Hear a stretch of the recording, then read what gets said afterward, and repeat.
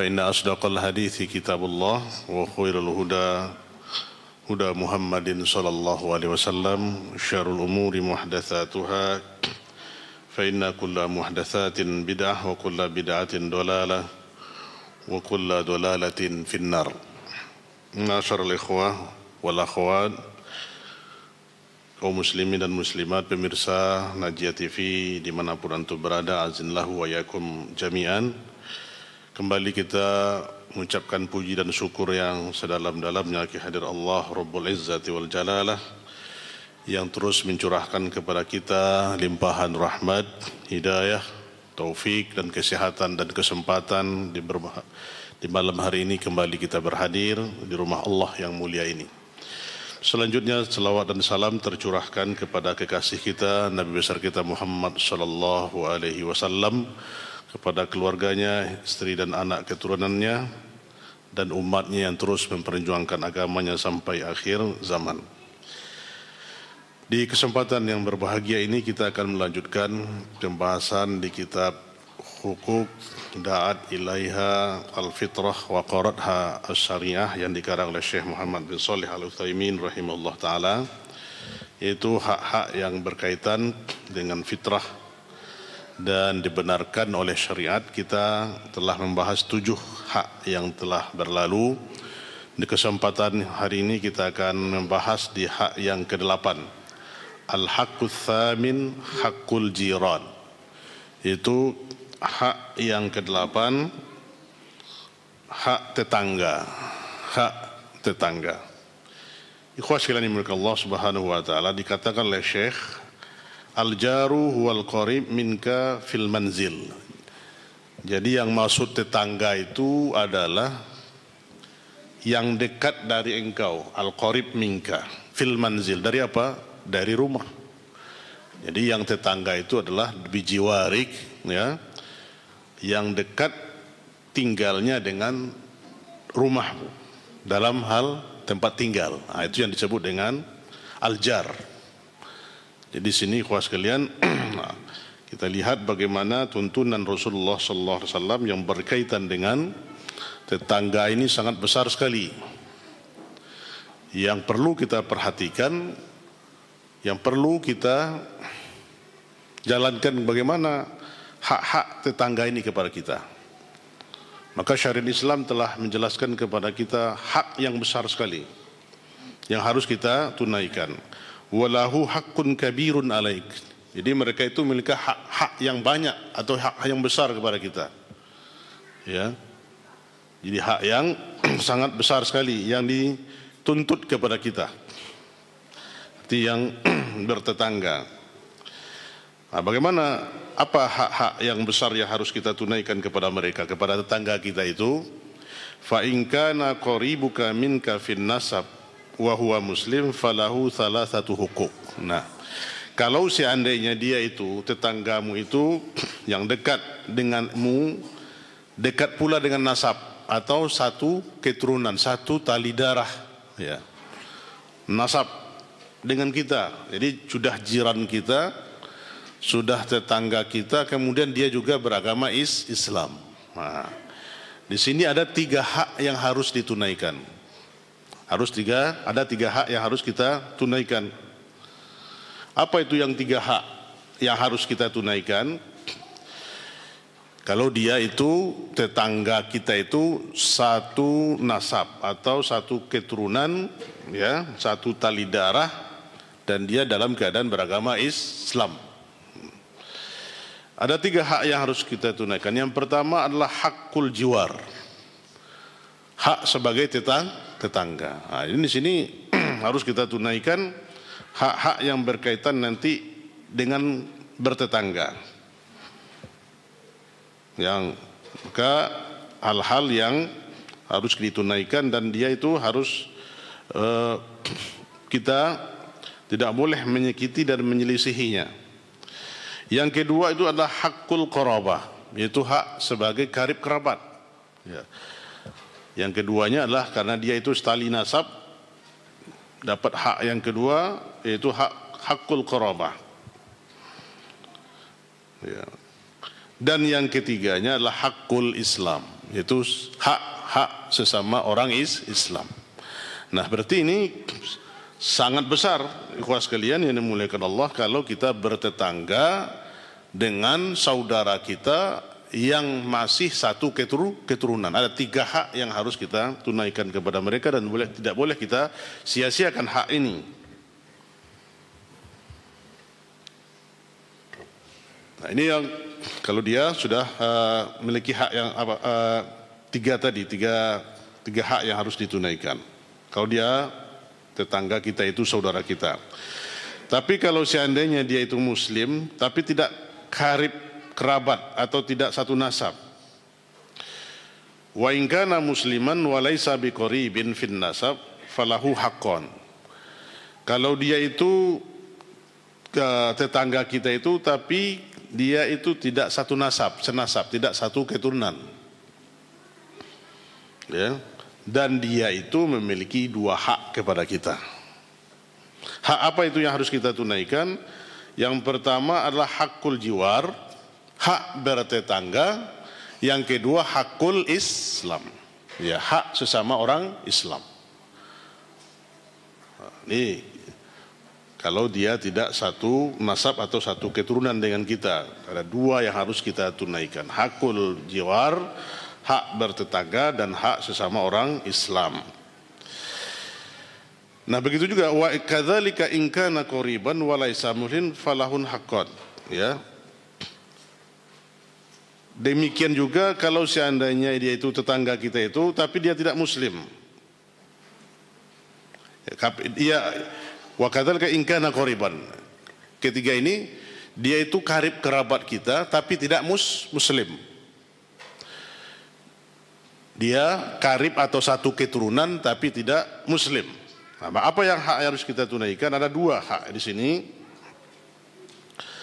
Kalau dia satu nasab dengan kita dan tidak muslim, ada 2 hak yang harus kita tunaikan. Yang pertama adalah hakul jiwar, yaitu hak kita bertetangga. Yang kedua adalah hakul qarabah, hak sebagai karib kerabat.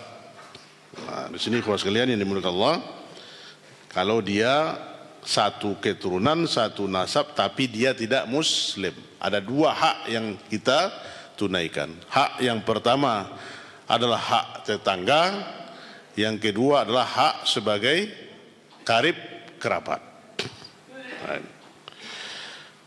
Wa in kana wa haqqul qarabah wa in kana ba'idan ghairu muslim falahu haqqun wahid.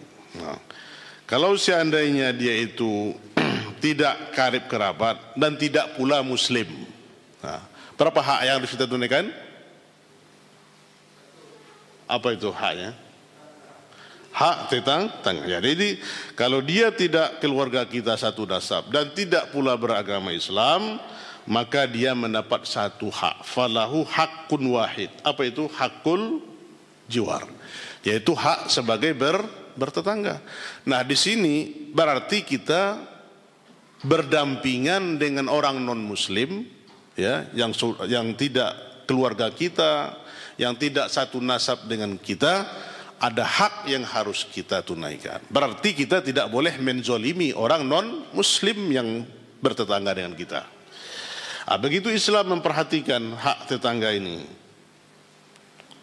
Nah, ikhwas sekalian, mulai dari urutan yang pertama tadi, yang kedua, yang ketiga, dan yang keempat ini, ya, begitu aturan yang telah ditetapkan. Inilah yang kita kenal. Bagaimana Rasulullah SAW mengaplikasikan ayat ini dengan beliau menuliskan piagam Madinah. Apa itu piagam Madinah?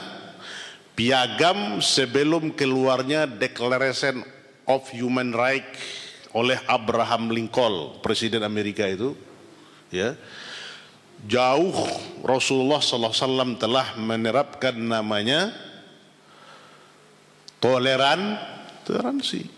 Jadi kalau ada misalnya mereka mengatakan kita yang mengaji sunnah ini intoleran, ya, itu perlu dikaji, sekalian. Kadang-kadang ini perlu disematkan kepada kita. Kita mencontoh apa yang dicontohkan oleh Rasulullah SAW. Dalam hal prinsip kita punya pegangan yang kuat, ya, kepada sesama muslim, apalagi non muslim kita hormati. Ini telah dijelaskan oleh Rasulullah dalam Piagam Madah, dan inilah cikal bakalnya sekarang ini kita lihat ada konsep-konsep untuk menuju kota madani, ya, menuju. Saya tadi juga di sekolah itu ada dapat program dari pemerintah kita itu sekolah madani, ya, baru tadi itu program Dinas Pendidikan Provinsi melalui DPRD Provinsi itu merujuk kepada Piagam Madinah. Nah, di dalam Piagam Madinah itu salah satu poinnya diantaranya adalah penduduk Madinah, ya, penduduk Madinah itu Muslim dan Muslim. Yang ketiga itu ada Yahudi dan Nasrani. Mereka itu berhak mendapatkan perlindungan dari Rasulullah dan negara Islam. Mereka wajib melindungi dan mempertahankan negeri Mekah dari serangan musuh. Nah, begitu bentuk Rasulullah SAW mengatur pemerintahan ini dan menghargai orang-orang non-Muslim. Rasulullah melindungi orang-orang Yahudi, Rasulullah SAW melindungi orang-orang Nasrani. Silakan bebas, lakum dinukum waliyadin. Bagimu agamamu, bagi kami agama. La ikraha fiddin. Tidak ada paksaan dalam beragama. Nah ini ikhwas sekalian, akhir-akhir ini muncul kita menitik beratkan pemahaman kepada sunnah dituduh orang-orang yang intoleran. Ini tidak tepat disematkan kepada kita. Dan barangkali mereka tidak punya literatur yang baik, ya. Dan kita tidak pernah menyakiti tetangga kita. Tapi prinsip yang harus kita kedepankan adalah al-haq, kebenaran itu, ya, harus kita perkuatkan. Ada kita lihat sekarang ini naudzubillah, ya, bahkan jadi jargon-jargon juga dari pemilihan yang mencaci maki, yang menisbatkan diri kepada sunnah. Tapi kebenaran itu akan muncul sendiri, dan kita tidak akan gentar, ya, dengan dakwaan mereka yang dituduh sesat dan segala macamnya, tapi kita terus berjalan di atas komitmen menjalankan sunnah Rasulullah SAW. Nah, maka kita perhatikan bagaimana supaya tetangga kita itu nyaman dari kita. Kalau kita bertetangga dengan yang seperti yang kita sebutkan tadi, bagaimana kerukunan bertetangga, ya, tetangga kita merasa aman, tetangga kita merasa senang dengan keberadaan kita. Dan orang-orang kita yang menitik beratkan kepada sunnah Rasulullah SAW, kita tidaklah dibenarkan untuk eksklusif, ya, untuk menyendiri dan tidak bergaul dengan kaum muslimin. Dan tidak ada pula sunnahnya kita harus membuat perkampungan sunnah, ya. Di situ kita satu komunitas, kemudian tidak ada orang lain kecuali kita. Kita bergaul, berbaur dengan manusia ini. Dan Rasulullah SAW telah tegas-tegas mengatakan, ya, khairun nas man yukhaditun nas wa yasbiru ala adahum. Sebaik-baik manusia itu adalah orang yang bergaul dengan manusia yang lain itu, dan dia sabar dengan adahum, dengan apa yang mereka lakukan, dengan cacian, dan segala macamnya, dia sabar. Itu lebih baik daripada seorang muslim yang tidak bergaul dengan orang muslim lainnya. Nah, ini hak yang harus kita tunaikan. Maka ikhwas sekalian yang mulia Allah Subhanahu wa taala, Allah Subhanahu wa taala telah jelaskan di dalam surah An-Nisa ayat 36. Ini landasannya. Surah An-Nisa ayat 36, Allah Subhanahu wa taala berfirman, "Wa bil walidaini ihsana wa bidzil qurba wal yatama wal masakin wal jari dzil qurba wal jaril junub." Dan hendaklah engkau berbuat baik kepada wabil walidain, kepada kedua orang tua kalian itu hendaklah kalian berbuat baik. Ya, ini yang pertama yang harus kita kedepankan adalah birrul walidain. Kita tidak boleh ukukul walidain, durhaka kepada kedua orang tua, kepada ibu kita, kepada bapak kita. Apakah dia itu berada dalam, ya, berusia lanjut, yang berada dalam pengasuhan kita, yang berada dalam tanggungan kita, kita tidak boleh melakukan, menyakiti atau berbuat, yang bisa bernilai ukukul walidain atau durhaka kepadanya, dan kita wajib melayaninya, memberikan yang terbaik kepada kedua orang tua kita dan lakukan yang baik, ihsan. Dan juga berbuat baik kepada zawil qorobah, karib kerabat. Nah, ini seperti yang tali nasab, ini yang kita harus perhatikan dahulu. Karib kerabat kita perhatikan. Ketimbang ikhwas sekalian yang dimuliakan Allah, kita lebih senang membantu orang lain daripada karib kerabat. Ada pula yang seperti itu, senang membantu orang lain sementara karib kerabatnya tidak diperhatikan. Padahal dia itu adalah tali nasab, apalagi sesama Muslim dan mengikuti sunnah Rasulullah SAW. Tidak perhatian kepada karib kerabat. Bahkan kita memberikan sedekah, memberikan zakat, itu ditunaikan lebih utama kepada zawil qorobah yang ada di dalam sekitar kita, dalam jiran kita. Nah, kemudian yatam, kepada orang yatim, berbuat baik kepada anak yatim, orang-orang miskin, wal jari dzil qurba, dan tetangga yang zawil qorobah tadi, yang tali nasab, wal jaril junub, dan tetangga yang dekat. Nah, ikhwas sekalian dimuliakan Allah, ini landasannya agar kita berbuat baik kepada tetangga. Tidak boleh menzalimi mereka, menyakitinya, dan berbuat hal-hal yang akan merusak atau menyakiti dari keberadaan mereka. Dan ini juga dikatakan oleh Rasulullah SAW. Hadis ini disepakati oleh Bukhari dan Muslim, muttafaqun alaih derajatnya. Ini derajat hadis yang paling tinggi itu adalah muttafaq alaih, disepakati oleh Bukhari dan Muslim. Tertera di dalam kitab Bukhari dan tertera di dalam kitab Sahih Muslim. Itu namanya muttafaq alaih. Rasulullah SAW katakan, wa ma zalu Jibrilu yusini bil jari hatta zonantu annahu sayurithahu. Nah, ini kata Rasulullah SAW, senantiasa Jibril berwasiat kepadaku, menasihatiku dengan memperhatikan tetangga.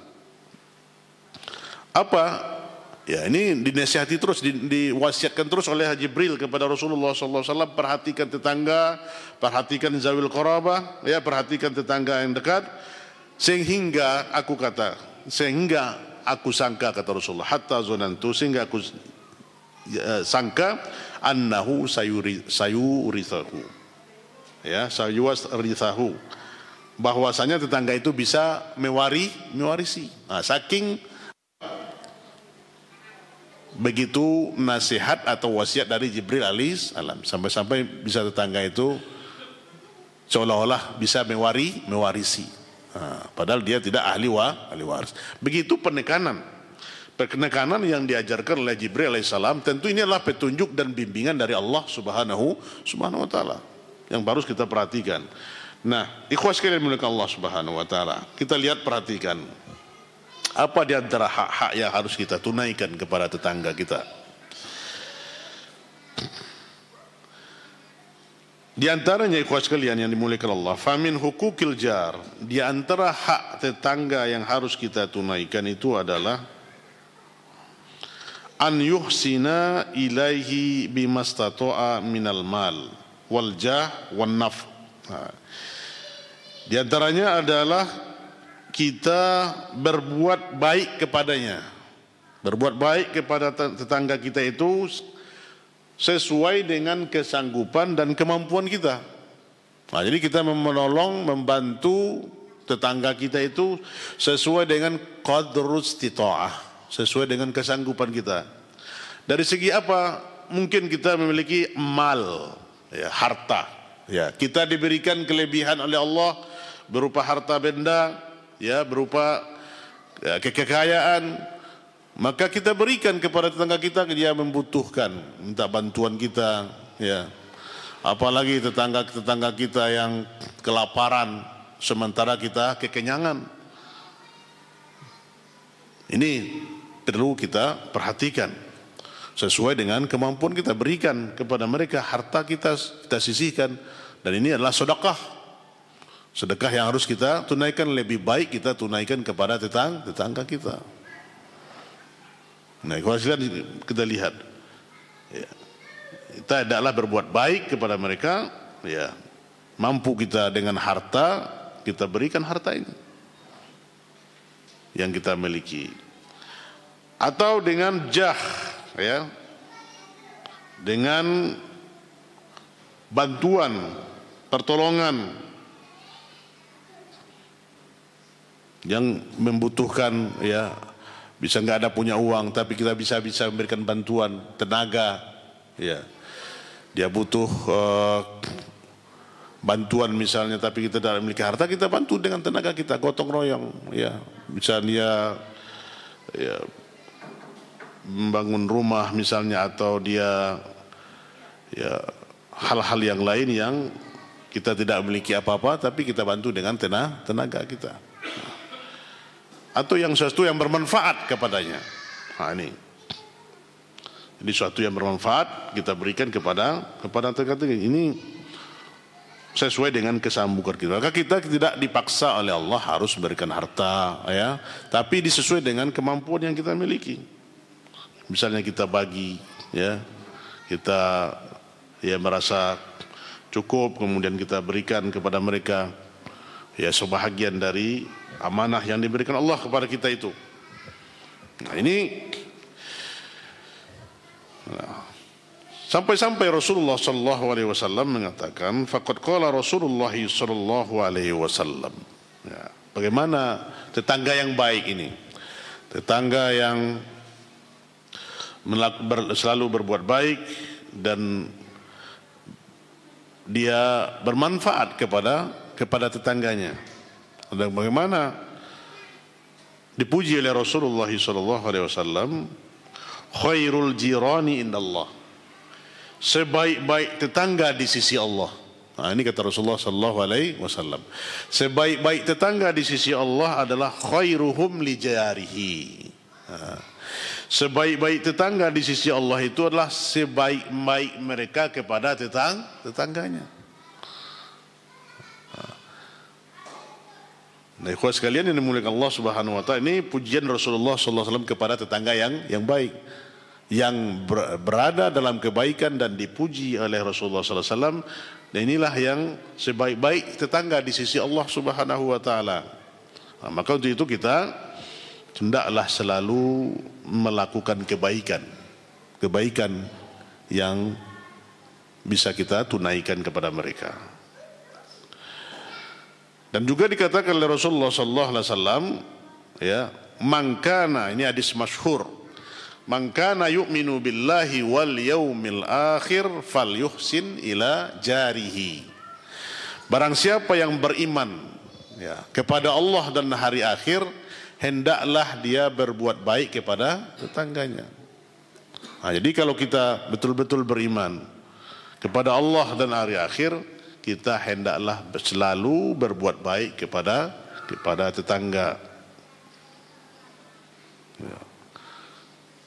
Mafhum mukhalafahnya, orang yang tidak beriman, orang yang tidak berbuat baik kepada tetangganya, berarti dia tidak beriman kepada Allah dan hari akhir. Tidak sempurna imannya kepada Allah kalau dia tidak mampu berbuat baik kepada tetangganya. Nah, bagaimana berbuat baik? Contohnya dalam hadis yang masyhur juga dikatakan oleh Rasulullah sallallahu alaihi wasallam, idza tabakhta marqatan fa aktharu ma'aha wa ta'ahad jiranik. Apabila engkau memasak, ya, masak sup atau masak sayur, ya, maka banyakkanlah kuahnya dan berikanlah kepada tetangga. Ini anjuran oleh Rasulullah sallallahu alaihi wasallam agar kita saling memberi hadiah, apalagi memberi makanan. Nah, ikhwah sekalian dimuliakan Allah Subhanahu wa taala, salah satu bentuk kasih sayang yang dahulu, ya, kita masih teringat di kampung-kampung budaya ini, yaitu budaya gemar untuk saling memberi hadiah dan mengundang makan. Tidak. Saling memberi makanan kepada tetangga. Kalau sekarang sudah langka, apalagi kita yang di kota-kota ini. Ini yang kita hidupkan. Tetangga berikan makanan. Nana masih ingat itu waktu kecil-kecil dulu, tetangga kita yang berikan, masak dia bubur dikasih kita. Ya, nah terasa enak. Itu saling memberi. Itu sudah ditegaskan, dijelaskan oleh Rasulullah SAW berabad-abad tahun yang lalu untuk menumbuhkan kasih sayang ini. Ini kita contohkan ikhwah sekalian. Ya, kita memasak sesuatu yang ini sudahlah baunya sudah apa namanya itu? Hidungnya sudah kembang kempis membaunya. Hanya bisa merasakan baunya, lezatnya. La haula wala quwata, apalagi memasak rendang. Ya. Tetangga sudah makan sendiri tanpa memberi. Ini sudah tragis sekali kita ikhwas sekalian. Ya. Jadi ini yang harus kita hidupkan. Walaupun tetangga kita itu sampai non muslim dia, berikan hadiah. Dengan itu kita memberikan contoh yang baik betapa banyak orang Yahudi, ya, musuh-musuh Rasulullah masuk Islam. Kenapa? Karena melihat akhlaknya Rasulullah Sallallahu Alaihi Wasallam. Ini. Jadi kita itu yang terdepan seharusnya mengamalkan sunnah ini. Mengamalkan, sering anak sampaikan, ya sering-sering mengundang orang-orang soleh, ustadz-ustadz kita sering diundang untuk makan dengan pencarian kita itu berkah. Ya. Karena makanan yang dimakan oleh orang-orang soleh itu adalah makanan harta yang paling baik dan berkah. Ya. Sering dapat kita, ya, buah-buahan di rumah kita, di sekitar kita panen, ya, panen alpukat. Serahkan kepada ustadz kita, masya Allah, ya. Panen pepaya, ya, itu bukan itu ya. Artinya apa? Ini agar kita saling memberi tetangga. Karena ini saling memberi hadiah ini mendatangkan kecintaan. Tahadu, tahabu. Ini saling memberi hadiah lah, dan datanglah kasih sayang, kecintaan. Ya. Maka tetangga itu yang lebih kita utamakan, tetangga dekat kita. Pulang kita dari safar, ya, dari safar yang jauh, berikan, insyaallah. Pembawaan kita berikan. Ini akan hadiah yang sangat mendatangkan kebahagiaan. Bisa dimakan oleh tetangga kita dengan anak-anaknya. Nah, ini yang penting kita perhatikan ikhwah sekalian dalam hubungan kita dengan bertetangga ini. Dan ini akan mendatangkan mawaddah, ya. Kata Syekh, ya, wa minal ihsan ilal jar taqdimul hadaya ilaihi fil munasabat. Di antara hal-hal yang berbuat baik kepada tetangga itu adalah memberikan hadiah kepadanya dalam hal-hal acara-acara tertentu. Nah, kita ada acara di rumah kita, orang lain kita undang, tetangga sebelah tidak diundang. Ini lebih parah lagi ini, tetangga kita tidak memiliki, kita miskin, tidak diundang. Sementara orang jauh, orang kaya-kaya diundang. Seburuk-buruk makanan walimah itu adalah makanan yang mengundang orang kaya dan tidak mengundang orang miskin.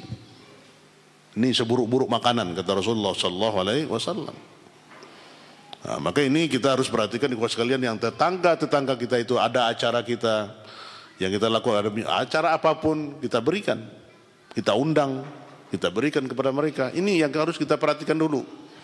Jangan perhatikan ini yang terbanyak yang kita lihat saksikan hari ini, karena orang-orang yang walimah itu hanya mengandalkan pemberian orang lain, ya. Kalau diundang orang miskin ini palingan amplopnya dikasih 5.000, ya. Naudzubillah, ya. Kalau orang kaya-kaya ini sudah tertentu, ditinggalkan. Ya, kita akikah, ya, berikan hadiah, berikan kepada tetangga kita itu, ya, hadiah apapun acara yang kita lakukan. Fa innal hadiyah tajlibul mawaddah, kata Syekh. Karena memberikan hadiah itu akan mendatangkan kecintaan, mawaddah, rasa kasih sayang, ya, rasa kasih sayang. Dan salah satu resep yang dilakukan oleh Rasulullah SAW adalah berapapun musuh-musuhnya, tetap dia berbuat baik, ya, dia tetap berbuat baik, bahkan memberikan hadiah. Ini yang dikatakan oleh Allah Subhanahu Wa Taala, wa yadra'una bil hasanati sayyi'ah. Mereka membalasi kejahatan itu dengan kebaikan. Nah, kalau kita ada disakiti, dizolimi oleh orang lain, berikan kebaikan. Kalau perlu traktir dia makan.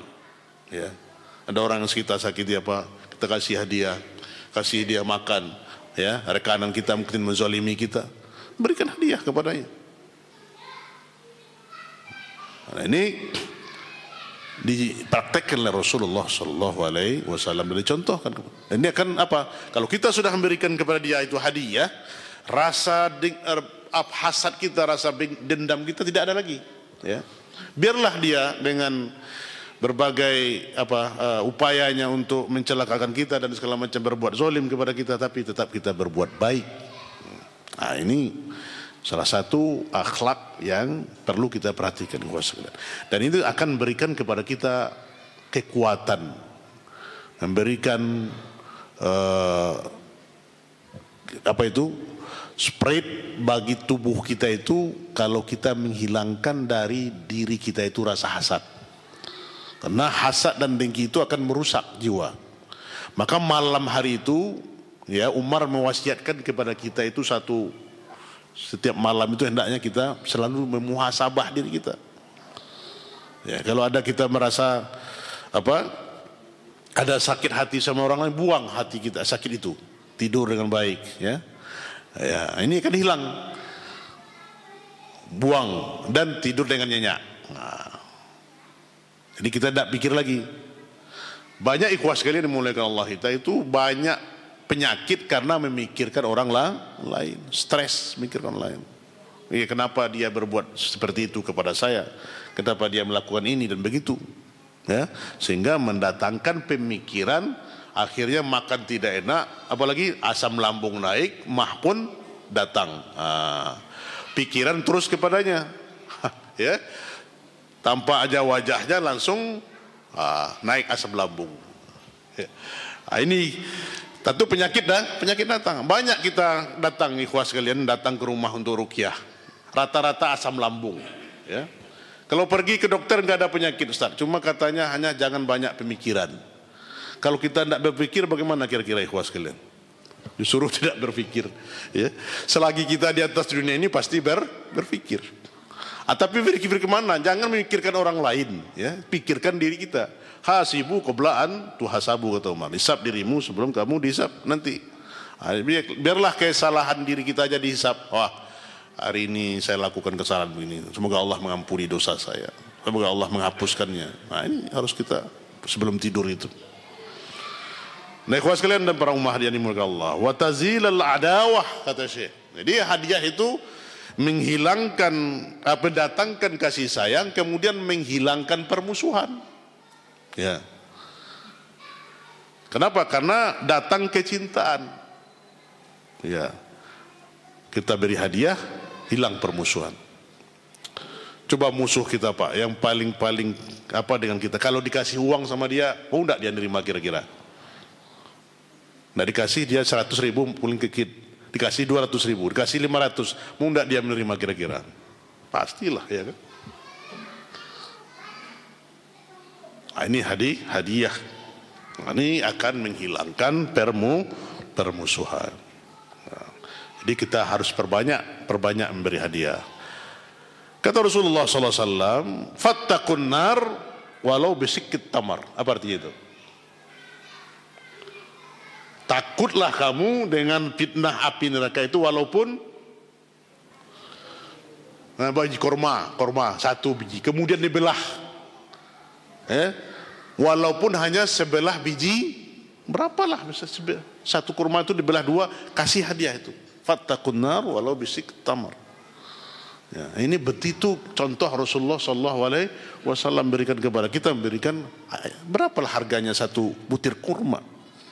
tapi itu memberikan keutamaan kepada kita agar kita terhindar dari api neraka.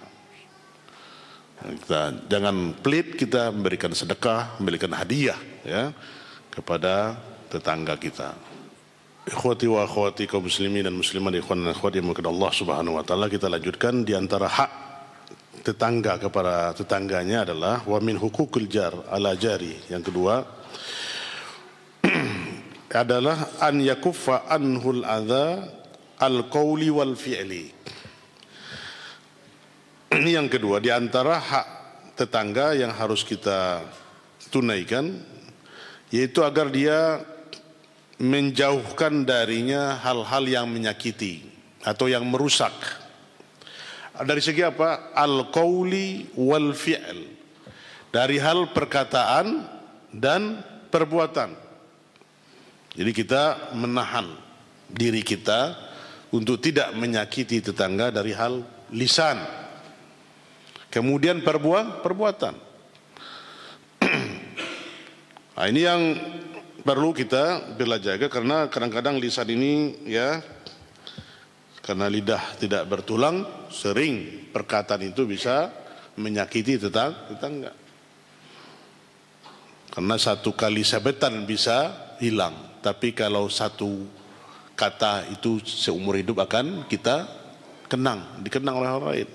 Maka hifzul lisan ini ditekankan oleh agama kita, bagaimana kita memelihara lisan.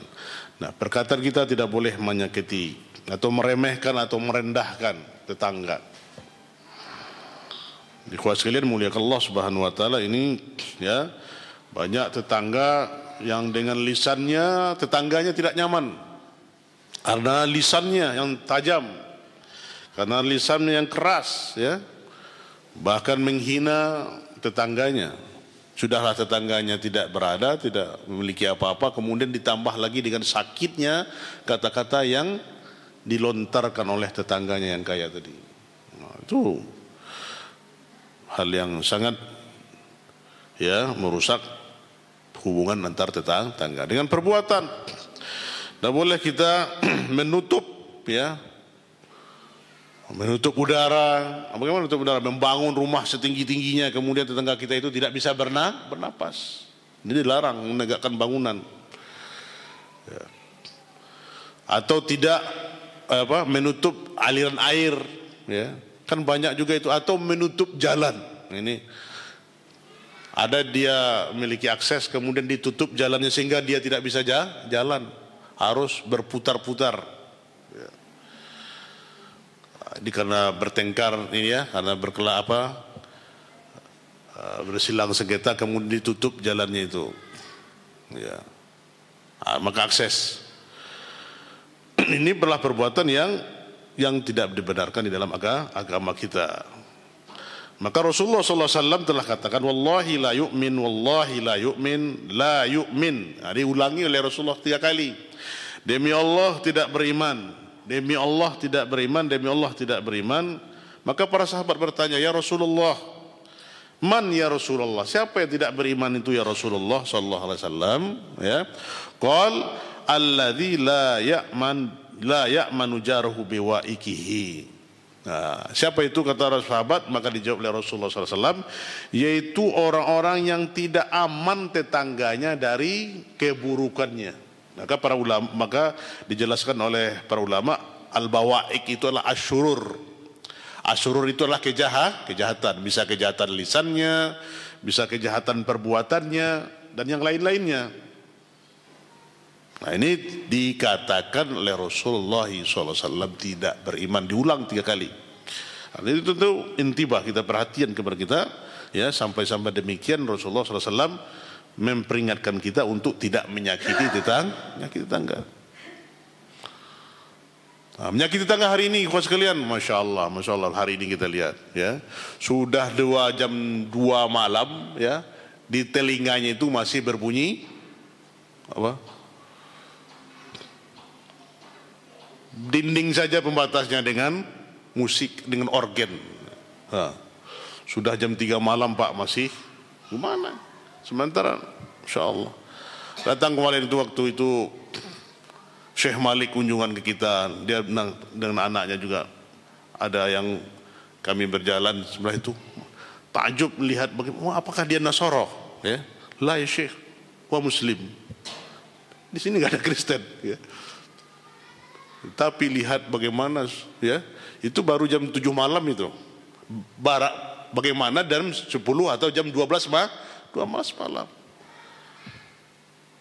Maka ini perlu, ya, pengaturan sebetulnya bagaimana ini ada yang sakit di tetangga, ya, ada yang mungkin, ya, butuh istirahat. Maka Islam itu menjaga ini. Ya, harus pengaturan yang jelas. Anda lihat ada di beberapa negeri, ada sebuah negeri percontohan itu, ya. Kalau pesta itu sampai jam 6 sore saja. Walimah itu, tidak boleh lagi musik setelah itu. Nah, ini kan tentunya bisa diatur itu. Tapi kalau kita berada di lingkungan kita ini, wallahi, ya, subhanallah, sampai jam 3 malam masih bagaimana? Jarak 1 kilo masih terdengar, ya. Bagaimana dengan rumahnya yang 1, 2, 3 meter dari gitu. Nah, ini tentunya tanggung jawab dari pemimpin kita untuk mengatur ini, hal ini, ikhwas sekalian, ya. Yang jelas kalau kita, ya, berlindung kita dari Allah dari hal perbuatan itu akan mengganggu dan menyakiti tetangga. Makanya, ya, hatta kita berselawat pun, ya, hatta kita menghidupkan apa? Mengaji. Ya, maka Syekh Ustaz Hakim, Ustaz Zunal Abdul Hakim bin Amir Abid katakan, ya, tidak boleh kita menghidupkan kaset subuh-subuh itu. Ya. Tujuannya apa? Kan katanya Ustaz untuk membangunkan orang supaya apa? Supaya sholat subuh. Kaset berbunyi dari jam 4 pagi, sholawat sudah dilantunkan jam 3:30 pagi. Yang ke masjid berapa orang? Hah? Paling 3 orang. Tidak ada menambah. Kalaulah seandainya itu untuk manggil, ini saya orang akan datang. Maka azan itu adalah an-nida. Azan itu disyariatkan untuk memang manggil. Nah, itu begitu Islam mengatur, tidak boleh menyakiti, ya, mengganggu tetangga yang sakit, menjaga ketenangan. Nah, maka kalau hidup sunnah itu nyaman kita. Nyaman dalam syariat Islam, insya Allah kita lihat, ya, di negeri-negeri Islam yang tenang, tidak ada kekhawatiran. Mana perjalanan seorang syekh yang pergi ke Eropa itu, ya, ikhwas sekalian, ya, bagaimana dia membandingkan dengan keamanan di negeri Islam. Bahkan untuk mengambil ATM pun uangnya, seseorang di luar negeri di Eropa sana itu tidak berani. Ya, kenapa? Bisa dirampok, ya, tidak ada nilainya. Bandingkan dengan negeri-negeri Islam, jam 2 malam pun orang mengambil ATM, ada yang mengganggu? Enggak ada, masya Allah. Itu cukup bagaimana ketenangan, ya, pengaturan di dalam Islam. Maka banyak mereka itu yang sudah akhir-akhir ini setelah mengadakan riset penelitian, ya, dengan membandingkan kebenaran itu, akhirnya tiada lain solusi kecuali masuk agama Islam. Nah, ini kenapa? Ini akhirnya mereka jadi apa? Alhamdulillah mereka menjadi orang-orang yang kuat keimanannya, bahkan melebihi dari orang-orang yang kita ini. Ya, coba kita lihat itu mu'allaf yang baru-baru masuk Islam hafal sekian juz. Kita yang dari kecil berapa juz hafal?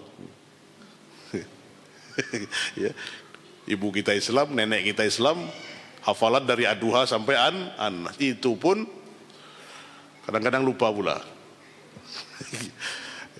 Nah, ini mereka semangat, ya, semangat belajar Islam. Nah, harusnya kita ikhwas sekalian gitu, ya, terus bersemangat.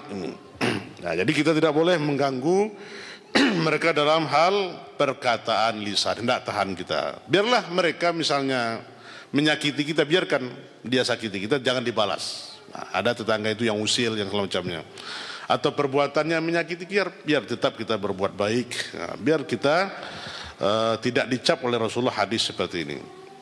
Dan bahkan dikatakan oleh Rasulullah SAW, ya, dalam riwayat yang lain, la yadkhulul jannata man la ya'manu jarahu biwaikihi. Nah, sampai-sampai Rasulullah katakan tidak akan masuk surga orang yang tidak aman tetangganya dari keburukannya, dari kejahatannya, dari kejelekannya. Nah, di situ Rasulullah tidak akan masuk surga. La haula wala quwata illa billah. Ya. Nah, ini dikatakan asyurur, kejahatan-kejahatan tadi, ya. Faman la ya'manu jaruhu syarruhu falaysa bimumin. Ini wala kata Syekh wala yadkhulul jannah. Jadi barang siapa yang tidak merasa aman tetangganya dari keburukannya, dari kejahatannya, bukanlah dia termasuk orang yang beriman dan tidak pula akan masuk surga. Tentu sia-sia, ya, kesia-siaan kepada kita untuk, ya, tidak diizinkan oleh Allah untuk masuk surga, sementara kita ingin mendambakan masuk surga. Nah, itu kita perhatikan di sekalian. Nah, kemudian wa katsirun minan nas al-an, ya. Wa katsirun minan nas al-an la yahtamuna bihaqqil jiwar. Ya. Kebanyakan hari ini, kata Syekh, orang-orang yang tidak peduli lagi dengan tetangga, hak-hak tetangga ini. Tidak peduli lagi dengan hak-hak tetangga. Tidak peduli, tidak mau tahu apa, turut ikut campur lah dengan tetangga dan segala macamnya. Ya, nah, ini kalau di kota itu tidak lagi apa, peduli dengan tetangga sebelah apa yang terjadi. Ya, karena di kota itu memang pagarnya setinggi-tinggi.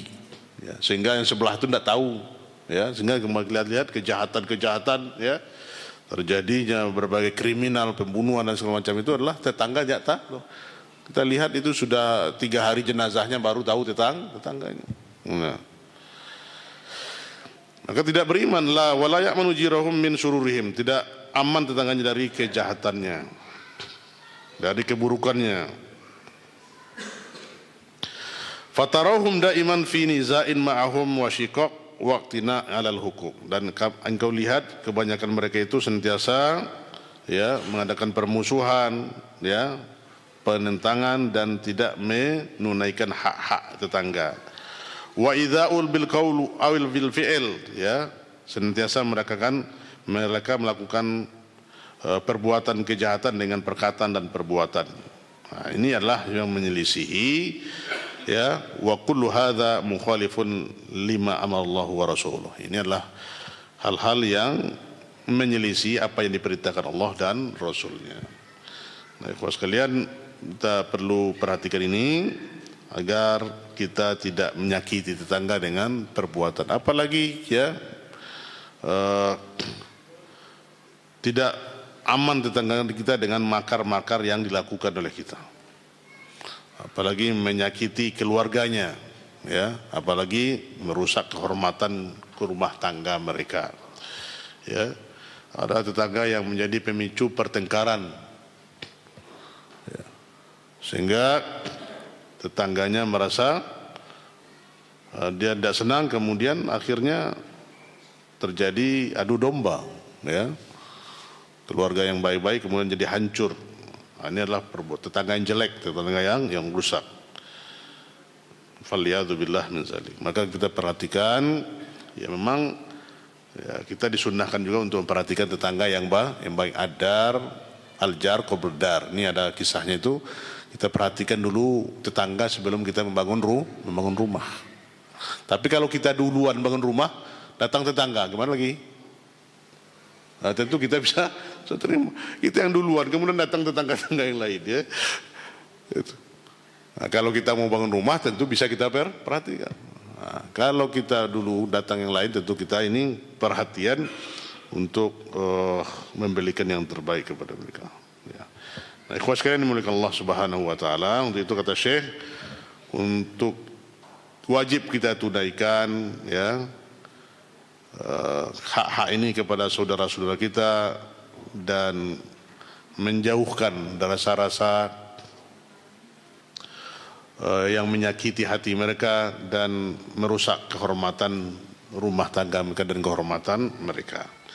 Jadi ini yang diantara hak-hak yang harus kita tunaikan. Memang banyak, ya ikhwas sekalian, diantara hak yang harus kita tunaikan, kata Syekh di sini. Semoga kita bisa menunaikan dengan yang terbaik, memberikan yang terbaik kepada tetangga, dan kita memberikan ihsan, ya, memberikan hadiah, memberikan sedekah, memberikan perkataan yang baik, memberikan makanan. Ini akan mendatangkan rasa mahabbah, rasa kasih sayang. Kita hindarkan diri kita dari menyakiti tetangga, dan kemudian kita juga menjenguk tetangga kita, ya.